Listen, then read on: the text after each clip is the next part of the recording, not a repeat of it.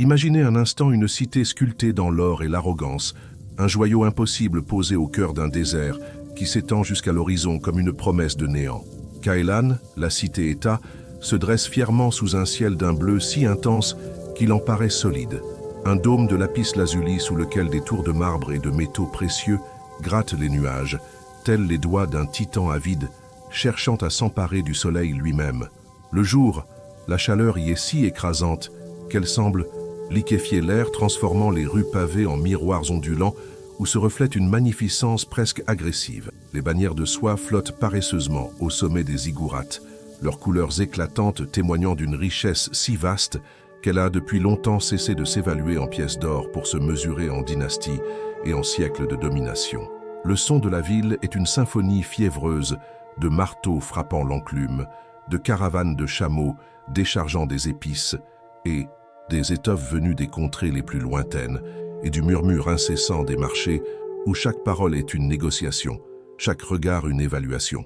De loin, Caëlan est une vision, un mirage de perfection matérielle, la preuve que l'humanité peut dompter le sable, la pierre et même le temps pour bâtir son propre paradis. Mais approchez-vous, traversez les portes monumentales gardées par des colosses de bronze, et la mélodie change. Plongez dans les ruelles étroites qui serpentent à l'ombre des grandes avenues, là où la lumière du jour ne pénètre jamais complètement, et vous sentirez la véritable nature de la cité. L'air y est lourd, non seulement de la chaleur stagnante, mais aussi du poids des secrets et des désirs inassouvis. L'opulence des façades cache des intérieurs où le silence est plus pesant que la pierre. Les murs suintent une humidité froide, même au zénith, et l'odeur de l'encens coûteux qui s'échappe des temples se mêle à celle, plus âcre, de la pauvreté et du désespoir. C'est ici, dans ces veines sombres qui irriguent le cœur de la bête dorée, que l'on comprend que la prospérité de Caëlan n'est pas une bénédiction, mais une maladie. Chaque pierre de ses remparts est cimentée par l'envie, chaque colonne de marbre est polie par la peur. Les regards ne se croisent jamais franchement. Ils glissent, fuyant, calculant les faiblesses et les opportunités. La lumière aveuglante de la ville ne sert qu'à projeter des ombres plus profondes, plus vastes. Des ombres où se tapit une puissance invisible qui se nourrit de cette vacuité spirituelle. Alors, la question se pose, lancinante et terrible. Que se passe-t-il lorsqu'une civilisation atteint le sommet de sa gloire matérielle pour découvrir qu'elle a vendu son âme en chemin et quelle force obscure règne véritablement sur un royaume où la lumière elle-même est devenue une arme des ténèbres? La corruption de Caëlan n'est pas celle vulgaire des brigands et des assassins qui hantent les bas-fonds. C'est une pourriture plus subtile, plus élégante, qui s'insinue dans les fondations mêmes de la société comme un poison lent. Elle porte des robes de cérémonie, siège dans les conseils des juges et murmure ses décrets dans les alcôves des puissants. Le trône de Shaitan, comme les anciens textes l'appellent, n'est pas un siège de fer ou d'obsidienne. Il est invisible, tissé dans le tissu même des interactions humaines. Il se manifeste dans la froideur d'un père qui mesure la valeur de son fils à la dot qu'il peut rapporter, dans la décision d'un magistrat qui condamne un innocent parce que l'accusateur est un marchand influent, dans le sourire d'une prêtresse qui offre une bénédiction vide en échange d'une offrande substantielle. Cette puissance ne commande pas par la force brute, mais par la suggestion, en flattant les plus bas instincts de l'homme, la cupidité, l'orgueil, la peur de manquer. À Caëlan, la réussite n'est pas un accomplissement, mais une arme tournée contre ses voisins. Les familles ne sont plus des nids d'amour, mais des alliances stratégiques. L'amitié est un contrat tacite, révocable à la première occasion de profit. Les habitants de la cité, des plus riches marchands aux plus humbles artisans, sont tous esclaves de cette même fièvre. Ils s'affairent sans relâche, construisant, vendant, accumulant dans une course effrénée dont ils ont oublié le but. Leurs cœurs, autrefois capables de compassion et d'émerveillement, se sont desséchés, devenant des coffres forts où ils entassent leurs angoisses et leurs jalousies. Ils ont bâti des temples magnifiques à des dieux auxquels ils ne croient plus, accomplissant des rituels par pure superstition, espérant acheter une protection divine comme on achète une assurance contre l'incendie. Le vide spirituel est un gouffre béant au centre de la ville, un abîme que l'on tente de combler avec de l'or, des festins et des divertissements cruels, mais qui ne fait que s'élargir. Cette vacuité est le véritable trône de l'ombre, un espace où le désespoir silencieux des pauvres devient la musique de fond du triomphe arrogant des riches. Le contraste est saisissant. Une blessure ouverte à la face du monde. Une ville qui possède tout ce que l'on peut désirer, mais dont les habitants ont perdu la capacité même de désirer autre chose que ce qu'ils possèdent déjà. C'est une cage dorée, et ses prisonniers en polissent les barreaux chaque jour avec plus d'ardeur. Comment une telle société, si brillante en surface et si creuse à l'intérieur, peut-elle seulement continuer d'exister? Et quel événement, quelle fissure dans cette façade parfaite pourrait suffire à faire s'effondrer tout l'édifice? Au centre névralgique de ce système, dominant la cité depuis son plus haut pinacle, se dresse le grand temple, une structure si vaste et si complexe qu'elle semble être une ville à elle seule. Ses murs sont faits du marbre le plus blanc, incrustés de veines d'or qui dessinent des constellations oubliées. Des jardins suspendus débordent de ses terrasses, offrant une vision de verdure luxuriante qui défie l'aridité du désert environnant.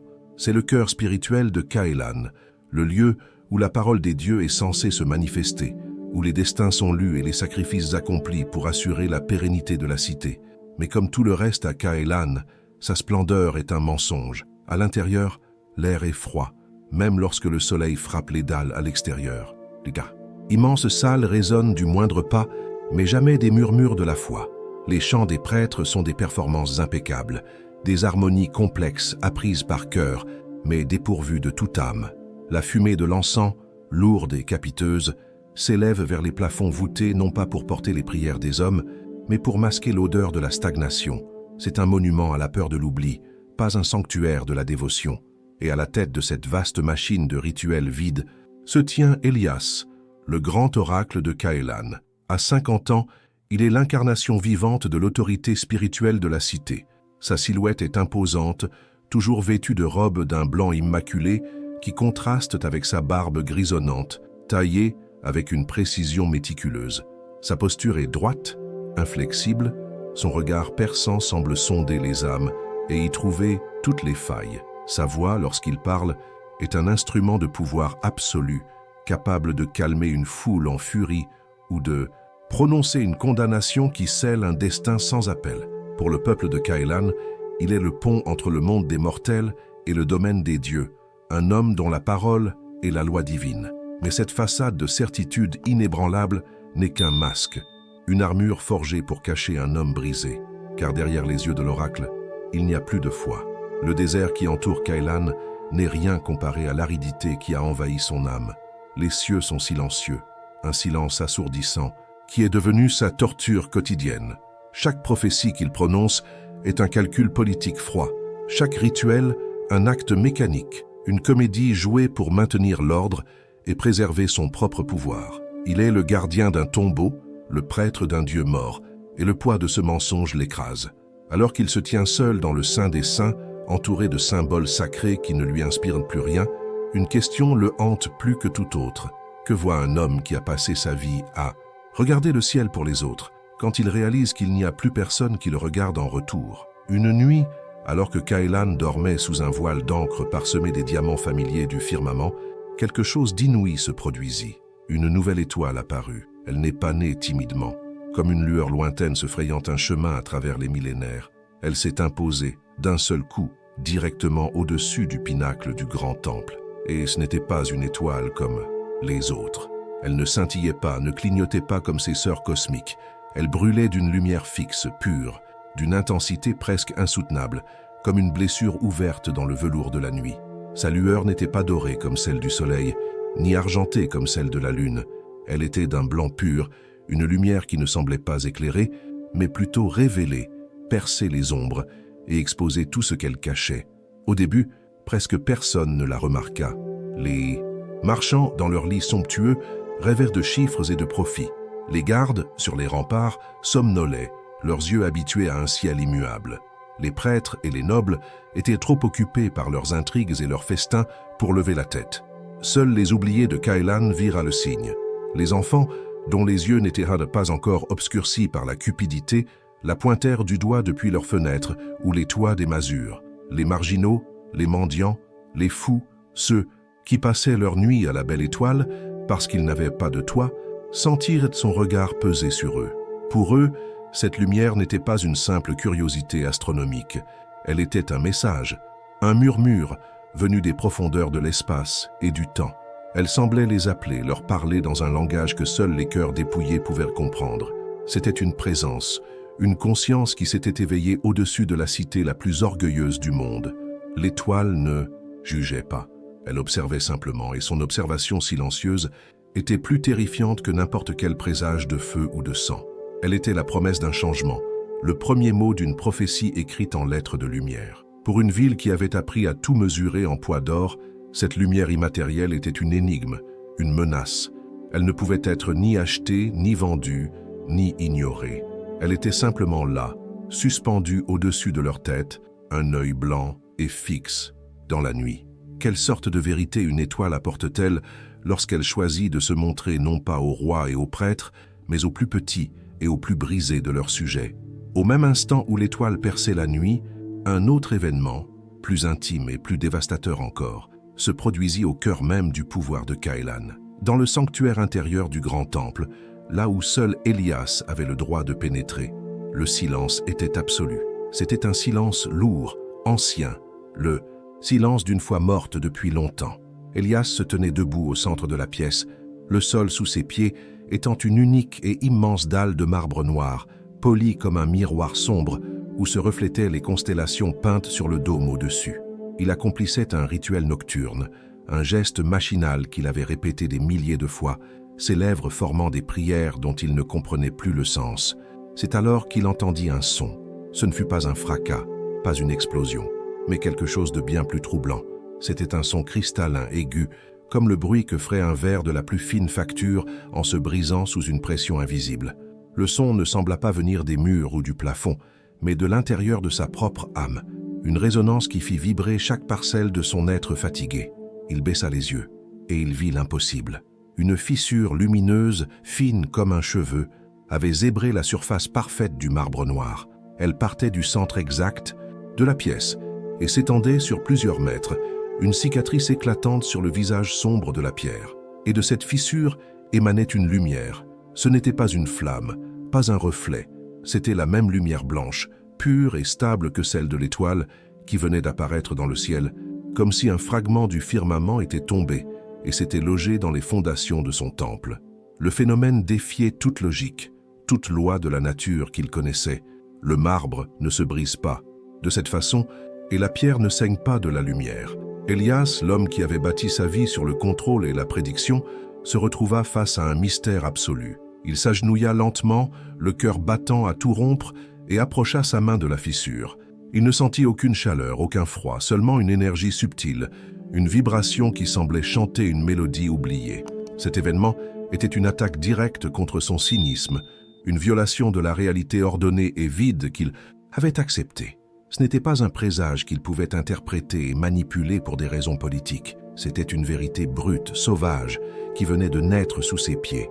Qu'est-ce que cela signifie lorsque les fondations mêmes de votre monde, les certitudes sur lesquelles vous avez construit votre pouvoir et votre désespoir, se fissurent pour révéler une lumière que vous ne pensiez plus jamais revoir? Nous sommes donc face à une énigme tissée de lumière et d'ombre. D'un côté, une cité à l'apogée de sa puissance, Caëlan, une métropole d'or et de marbre, qui est en réalité une prison spirituelle, un empire gouverné par le trône invisible de la peur et de la cupidité. Ses habitants, aveuglés par leur propre éclat, continuent leur danse frénétique vers l'oubli, ignorant les signes qui s'accumulent. De l'autre, une série d'événements qui défient toute explication. Une étoile nouvelle qui brûle dans le ciel nocturne, un phare céleste, visible uniquement par ceux que la société a rejetés, et son reflet terrestre, une fissure de lumière pure qui vient de briser le sol sacré du temple, au cœur même du pouvoir. Ces deux phénomènes ne sont pas des coïncidences. Ils sont les deux premières notes d'une symphonie divine ou destructrice qui s'apprête à jouer. Ils sont la question et la réponse, le sceau et la clé. L'histoire que nous allons vous raconter n'est pas seulement celle de la chute d'une ville, c'est l'histoire de la confrontation entre le plus grand des pouvoirs, illusoire, et la plus petite des étincelles de vérité. C'est le récit d'un homme, Élias, le grand oracle, qui a perdu la foi en tout et qui va être forcé de regarder en face un miracle qu'il ne peut ni expliquer ni nier.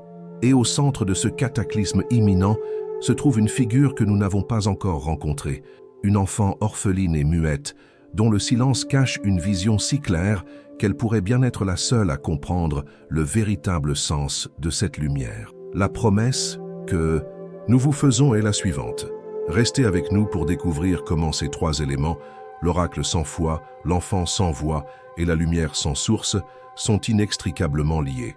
Nous vous révélerons comment la parole la plus puissante peut venir du silence le plus profond, et comment un seul acte de foi sincère, même de la part d'un homme qui ne croit plus en rien, a le pouvoir de faire s'effondrer les empires les plus sombres. Car la fissure dans le marbre n'est que le début. C'est le monde entier de Caëlan qui est sur le point de se briser. Qu'est-ce que le mal, au fond, si ce n'est une absence? Que se passe-t-il lorsque la plus grande des ténèbres n'est pas une armée de monstres ou un tyran sanguinaire, mais un vide, un silence assourdissant au cœur d'une civilisation qui a tout conquis, sauf sa propre âme? C'est l'histoire d'une cité qui touchait les étoiles et d'un homme qui ne croyait plus au ciel. Une histoire qui commence non pas par un cri de guerre, mais par le murmure d'une lumière naissante dans une nuit trop parfaite. Caëlan, la cité d'or, était un défi lancé aux dieux et au désert. Ses tours, semblables à des aiguilles de métal précieux, semblaient recoudre le voile bleu du ciel, tandis que ses rues pavées de marbre blanc scintillaient sous un soleil impitoyable, renvoyant une image de perfection si arrogante qu'elle en devenait presque une insulte à la nature environnante.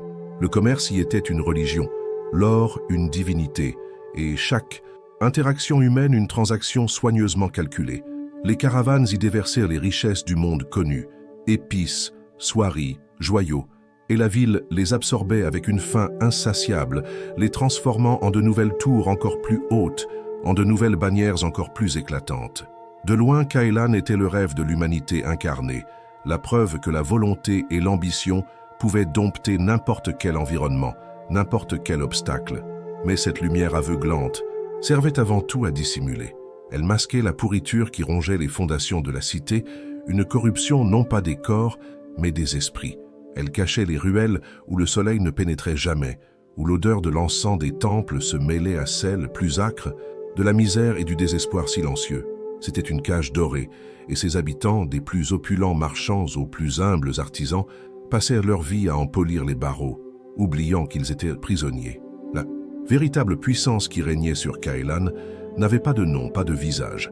C'était une ombre, une entité que les anciens textes nommaient Shaitan, et son trône n'était pas fait de pierre ou de fer, mais de la vacuité même qui habitait le cœur de chaque citoyen.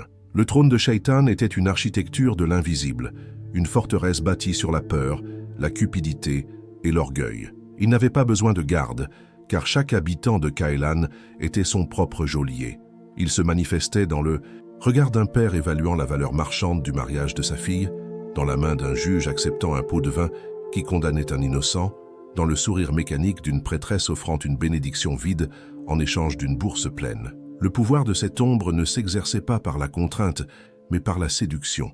Il murmurait à l'oreille de chacun, flattant ses plus bas instincts, lui promettant la sécurité en échange de sa compassion, la richesse en échange de son intégrité, le pouvoir en échange de son âme. Et les habitants de Caëlan avaient accepté le marché depuis si longtemps qu'ils en avaient oublié le prix.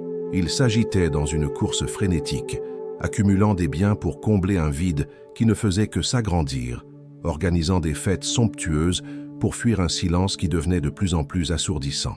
Leurs temples étaient des chefs-d'œuvre d'architecture, des montagnes de marbre et d'or dédiées à des dieux auxquels plus personne ne croyait.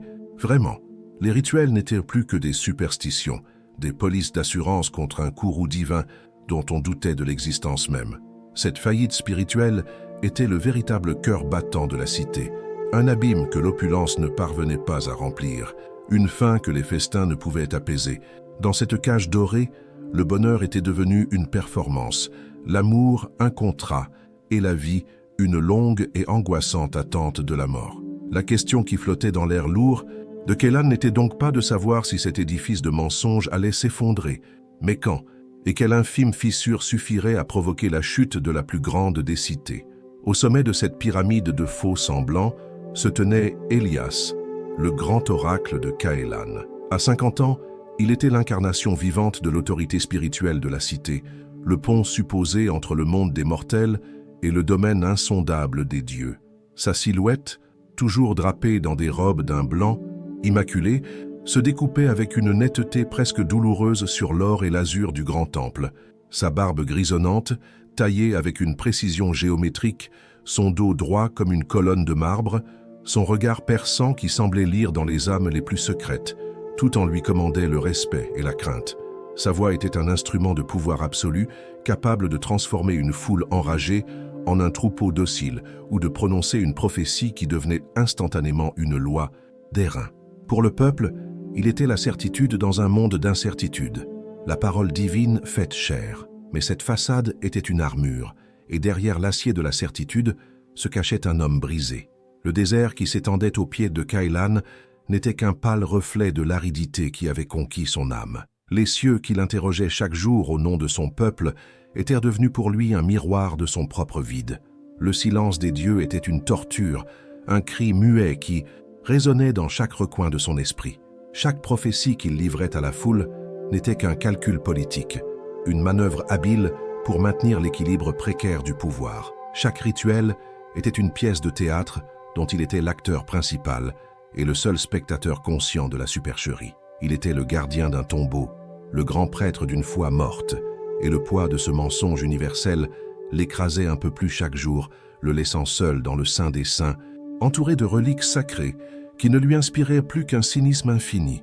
Une nuit, alors que la cité d'or dormait, enivrée par ses propres rêves de grandeur, un événement silencieux et monumental se produisit. Une nouvelle étoile apparut dans le firmament. Elle ne naquit pas dans la discrétion, comme une lueur lointaine se frayant un chemin à travers l'éternité. Elle s'imposa, d'un seul battement de cœur de l'univers, une pointe de diamant plantée dans le velours noir de la nuit, juste au-dessus du plus haut pinacle du grand temple. Ce n'était pas une étoile ordinaire. Elle ne scintillait pas, ne tremblait pas.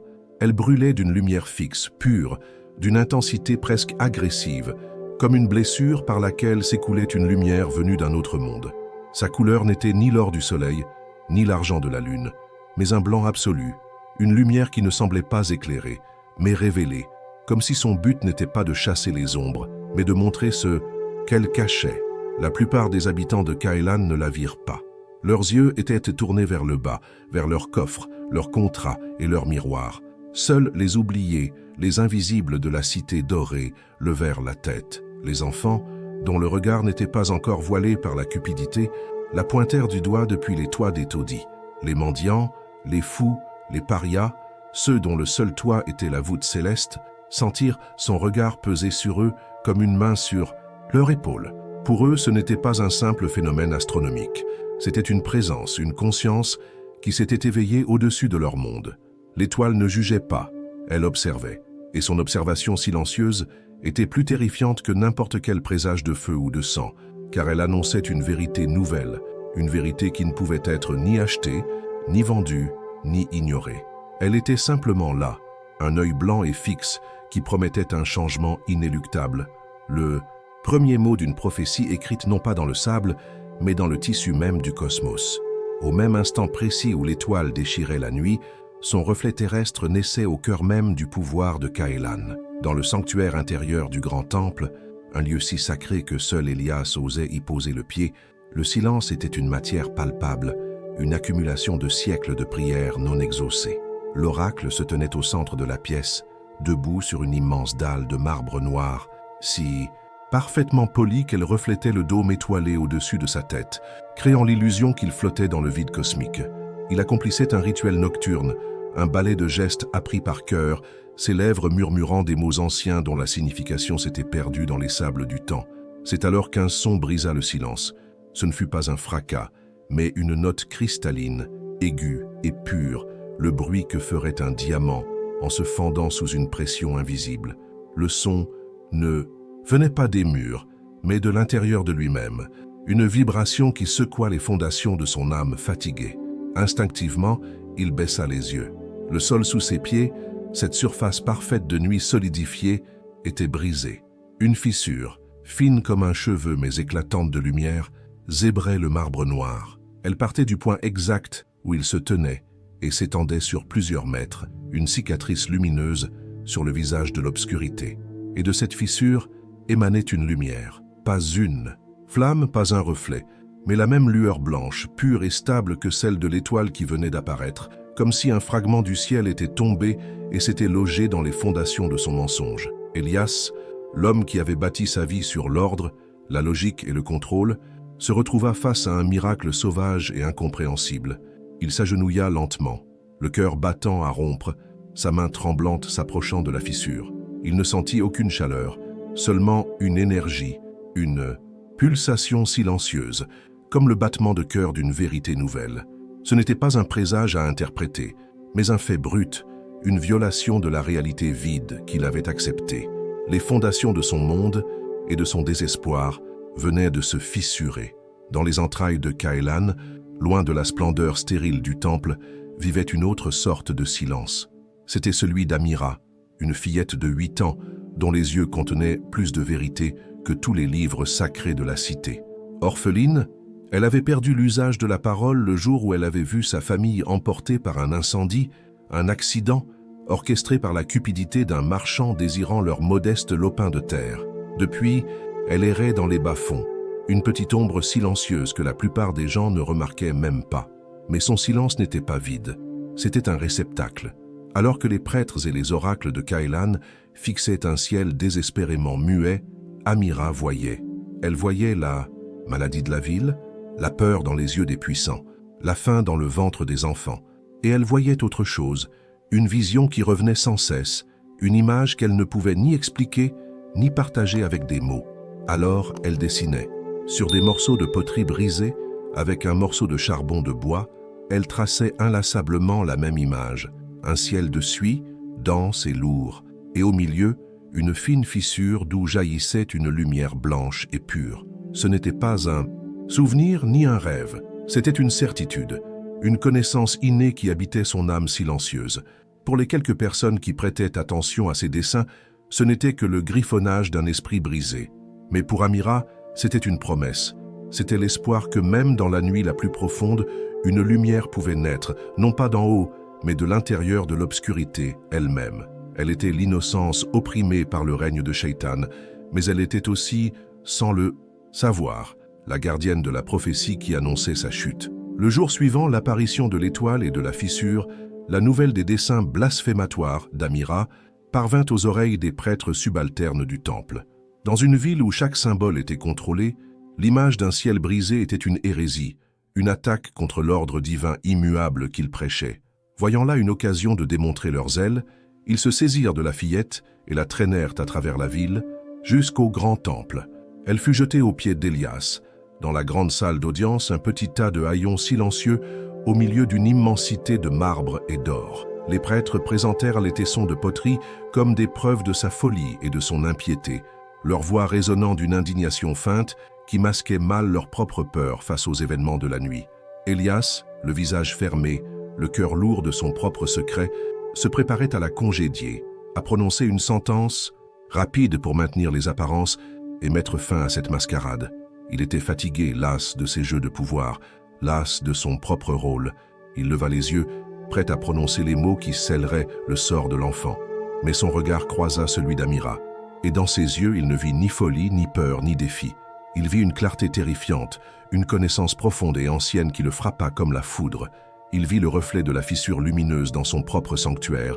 Il vit le silence de son âme faire écho au silence de ses lèvres. En cet instant, le grand oracle de Caëlan, l'homme le plus puissant de la cité, comprit qu'il se tenait devant une vérité plus grande que la sienne. Un des prêtres, impatient, poussa du pied un tesson de poterie vers Elias, l'invitant à constater le sacrilège.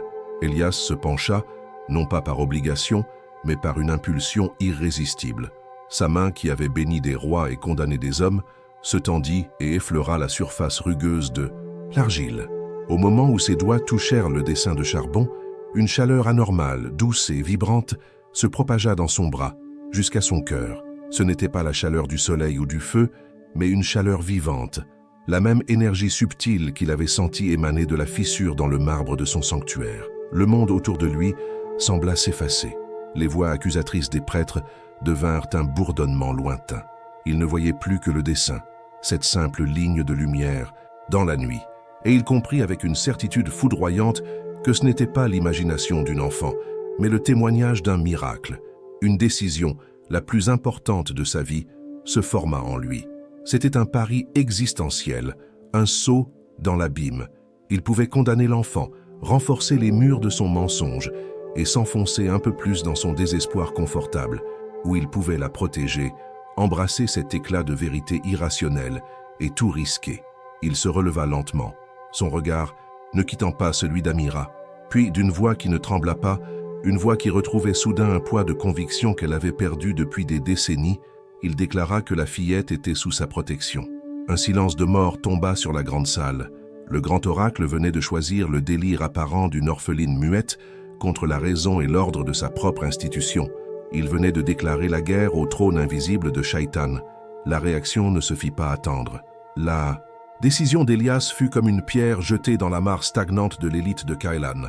Les prêtres, les marchands, les généraux, tous ceux dont le pouvoir et la richesse dépendèrent du système corrompu, virent immédiatement en lui une menace existentielle. Au début, ce furent des murmures dans les couloirs du temple, des rumeurs qui se propageaient comme un poison dans les veines de la cité. On disait que l'oracle avait perdu l'esprit, que le poids de sa charge l'avait finalement brisé. On se moquait de lui, le prophète de la fillette folle. Mais la moquerie se transforma bientôt en accusation. On l'accusa de trahison, de vouloir semer le chaos pour s'emparer du pouvoir temporel. Ses anciens alliés se détournèrent de lui, ses amis le renièrent. Il se retrouva isolé, seul avec Amira, un paria dans son propre palais. Chaque jour, la pression augmentait. Des émeutes spontanées éclatèrent sur les marchés, des accusations de sorcellerie fusaient, des témoins opportunistes apparaissaient pour raconter des histoires de sa démence. C'étaient les armées invisibles de Shaitan qui se mettaient en marche, non pas avec des épées, mais avec des mensonges et de la paranoïa, resserrant l'étau autour de l'homme qui avait osé défier leur maître. Elias, qui avait passé sa vie à manipuler les leviers du pouvoir, se retrouvait maintenant broyé par la machine qu'il avait si longtemps servi. Il perdit tout, son statut, ses biens, sa sécurité. Finalement, il fut chassé de son propre temple, déclaré ennemi de Caëlan, une sentence de mort à peine déguisée.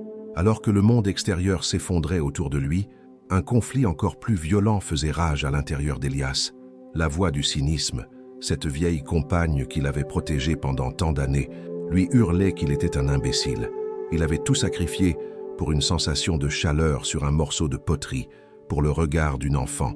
Il avait troqué une vie de pouvoir et de confort contre une mort certaine et ridicule. La peur le rongeait, une peur froide et viscérale, la peur de l'échec, la peur de la douleur, la peur d'avoir eu tort. Chaque nuit, alors qu'il se cachait dans les bas-fonds, partageant un morceau de pain rassis, il regardait Amira dormir paisiblement et se demandait s'il n'était pas en train de la conduire elle aussi à sa perte. Était-ce une étincelle de foi qui l'avait guidée ou le dernier sursaut désespéré d'un homme qui se noyait? La frontière entre les deux était si mince qu'elle semblait ne plus exister. Il luttait contre le doute, contre l'envie de tout abandonner, de se rendre et d'accepter son sort. Mais alors, il se souvenait de la lumière. Il se souvenait de la pureté de l'étoile, de la vérité brute de la fissure dans le marbre, de la chaleur dans sa main. Et il regardait Amira, son silence qui était plus éloquent que tous les sermons qu'il avait jamais prononcés. Et il puisait en elle une force qu'il ne se connaissait pas. Il comprit que ce n'était plus une question de savoir s'il avait raison ou tort. C'était une question de protéger cette lueur d'innocence et de vérité, même si elle devait le consumer entièrement. C'était sa seule et dernière chance de rédemption. Leur fuite les mena à travers les entrailles de la ville qu'Elias n'avait jamais vraiment connue. Ils se cachèrent dans des entrepôts abandonnés, partagèrent le maigre repas des mendiants, écoutèrent les histoires des opprimés. Pour la première fois de sa vie, Elias voyait le vrai visage de Caëlan, la souffrance sur laquelle la splendeur de la cité avait été bâtie. Il voyait les victimes du trône de Shaitan, et en protégeant Amira, il devenait l'un d'entre eux. La paranoïa dans la ville atteignait son paroxysme. L'étoile, dans le ciel, brillait de plus en plus fort chaque nuit, sa lumière blanche semblant se moquer de l'agitation dorée de la ville. Les prêtres, menés par un rival ambitieux d'Elias, déclarèrent que l'étoile était un présage de malheur, et qu'Elias et l'enfant en étaient la cause. Ils offrirent une récompense énorme pour leur capture, transformant chaque citoyen en un chasseur de primes potentielles. Finalement, trahis par quelqu'un à qui ils avaient fait confiance, ils furent découverts. Une foule enragée, armée de torches et de haine, les pourchassa à travers le labyrinthe des ruelles. Acculés, ils n'eurent d'autre choix que de courir vers le seul endroit où personne n'oserait les suivre, pensait-il, la grande place publique, au pied du grand temple. Ils se retrouvèrent au centre de la place, un espace immense et vide, encerclé par un océan de visages tordus par la peur et la fureur. Au-dessus d'eux, l'étoile brillait comme un soleil nocturne, illuminant la scène d'une lumière blanche et implacable. Le piège s'était refermé. Le grand prêtre rival, savourant son triomphe, s'avança au milieu de la foule. D'une voix tonitruante, il accusa Élias de tous les maux de la cité, le désignant comme la source de la corruption, qu'il avait lui-même servi toute sa vie. Il ordonna son exécution publique, ainsi que celle de l'enfant démoniaque, pour apaiser les dieux et éteindre l'étoile maudite. La foule rugit son approbation, un son bestial et unanime. Élias se plaça devant Amira, la protégeant de son corps, son